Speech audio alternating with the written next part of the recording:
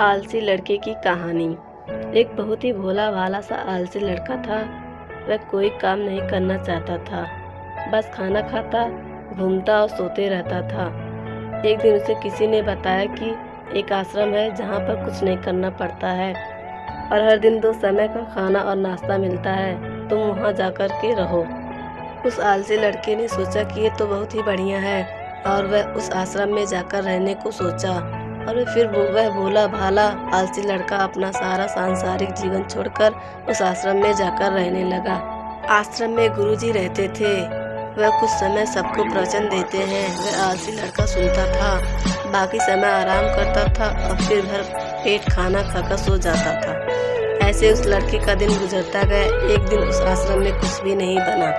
नाश्ते के समय नाश्ता नहीं मिला। उसने सोचा नाश्ता नहीं मिला, भोजन तो मिलेगा। अब भोजन के समय भी उसे भोजन नहीं मिला। लड़का दौड़ करके गुरुजी के पास गया और उससे पूछा कि आज भोजन क्यों नहीं बना। गुरुजी ने कहा कि बेटा आज एकादशी है और जितने भी आश्रम के सदस्य हैं उनका उपवास है और तुम्हारा भी आज उपवास है। आज भोजन नहीं बनेगा। यह लड़का आलसी था और उसे भूख भी बहुत लगता था। उसने गुरुजी से बोला कि मैं उपवास नहीं रहूँगा, मुझे भूख लगी है, मैं खाना खाऊंगा। गुरुजी ने बोला ठीक है, जाओ भंडारे में से सामान लेकर के आओ और आश्रम में नहीं बाहर ले जा कर के बना लो, लेकिन याद रखना भोजन बनाने के बाद सबसे पहला भोग भगवान को लगाना और फिर तुम प्रसाद पाना। वह लड़का बोला ठीक है और फिर अनाज लेकर नदी की ओर पहुंचा। भोजन पकाने लगा, तैयार हुआ। उसके बाद कहने लगा कि भगवान श्री राम आइए, पधारिए, भोग लगाइए। अब जब उसे लगा कि भगवान तो आ नहीं रहे हैं तो फिर कहने लगा कि मुझे मालूम है आपको तो अच्छा खाने की आदत है, मैं बना नहीं पाया और मुझे अच्छा भोजन बनाने भी नहीं आता, लेकिन जो भी रूखा सूखा बनाया कर खा लीजिए। भगवान श्री राम उसकी सरलता पर बहुत ही प्रसन्न हुए और उस लड़के को दर्शन दे दिए। उसने देखा कि भगवान श्री राम आए हुए हैं और उनके साथ में माता सीता भी आई हुई है, लेकिन लड़के ने सिर्फ 2 लोगों के लिए भोजन बनाया था, एक अपने लिए और दूसरा भगवान के लिए। और अब क्योंकि भगवान के साथ माता सीता भी आई हुई थी तो उसने उस भोजन को माता सीता और भगवान के सामने ग्रहण करने के लिए रख दिया। भगवान श्री राम और माता सीता ने भोजन किया और उसके बाद जब वह जाने लगे तो वह भोला सा आलसी लड़का बोला कि प्रभु आप आए, दर्शन दिए, बहुत अच्छा लगा। मुझे खाने को कुछ नहीं मिला, लेकिन कोई बात नहीं, लेकिन आपसे एक विनती है कि अगली बार जब आप आएंगे तो कितने लोग आएंगे ये बता दीजिए ताकि मैं उतने लोगों के लिए भोजन बनाकर रखा रहूं। भगवान श्री राम मन ही मन मुस्कुराए और फिर अंतर ध्यान हो गए। लड़का आश्रम गया, दिन बीतता गया और फिर एकादशी का दिन आया और इस बार उसने 3-4 लोगों के लिए अनाज लेकर के खाना बनाने के लिए नदी के किनारे पहुंचा।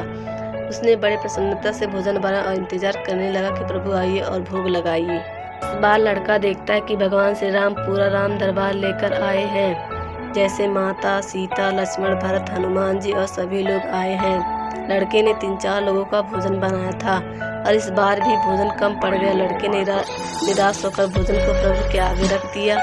उन्होंने भोजन किया और फिर चले गए और इस बार भी लड़का फिर से भूखा रह गया। अब लड़का फिर आश्रम गया, दिन बीतता गया और फिर एकादशी का दिन आया और इस बार गुरुजी से कहने लगा कि गुरुजी मुझे इस बार थोड़ा ज़्यादा अनाज चाहिए। गुरुजी सोचने लगे कि ये इतना सारा अनाज करता क्या है, कहीं से बेचता तो नहीं है। फिर उन्होंने कहा कि ठीक है, भूख से परेशान रहता है। लड़के ने कहा कि नहीं गुरुजी, मैं भूख से परेशान नहीं रहता हूँ, प्रभु के साथ बहुत लोग आते हैं, उनको भी तो भोजन करना पड़ता है। गुरुजी को लगा कि लड़का पागल हो गया है, लेकिन गुरुजी ने सोचा कि चले एक बार चलकर देखते हैं कि लड़का इस अनाज का करता क्या है।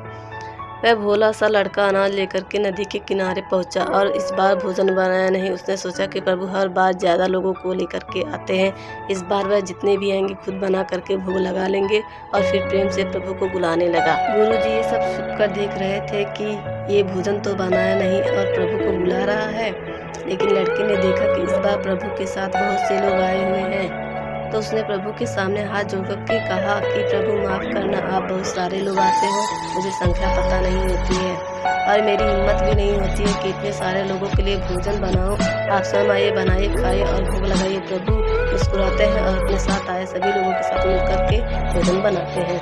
गुरुजी ये सब छुप करके देखते हैं और फिर लड़के के पास आकर के कहते कि तुम ये कर क्या रहे हो। लड़का कहता है कि गुरुजी आपको दिख नहीं रहा है कि भगवान श्री राम पधार चुके हैं, माता सीता आई हुई है, हनुमान जी आए हैं और भी सभी लोग आए हुए हैं। भोजन बन रहा है। गुरुजी ने बोला कि पागल हो गया है, मुझे तो कोई दिख नहीं रहा है। लड़का गुस्सा हो गया और बोला, प्रभु आप ये क्या कर रहे हो? एक तो मुझे भूखा रखा है और गुरुजी को दर्शन नहीं दे रहे हो। जो मुझे पागल समझ रहे हैं, कृपा करके गुरुजी को दिख जाओ। भगवान बोले, नहीं, मैं इन्हें नहीं दिख सकता। लड़का बोला, क्यों नहीं दिख सकते? मेरे गुरुजी तो बहुत महान है, बहुत बड़े ज्ञानी और ज्ञाता हैं। भगवान बोले, हाँ ज्ञानी और ज्ञाता होंगे, लेकिन तुम्हारी तरह सरल नहीं है। जो सरलता तुम में है वह तुम्हारे गुरुजी में नहीं है। लड़की ने यह बात गुरुजी से कह दी कि भगवान श्री राम कह रहे हैं कि आप में सरलता नहीं है, आप मेरी तरह सरल नहीं, इसलिए आपको नहीं दिख सकते। जी की आंखें नम हो गई और रोने लगे और बोले कि बिल्कुल सही कहा, मेरे अंदर तुम्हारे जितना सरलता नहीं है। और फिर माफ़ी मांगने लगे। फिर भगवान ने गुरुजी को भी दर्शन दिए।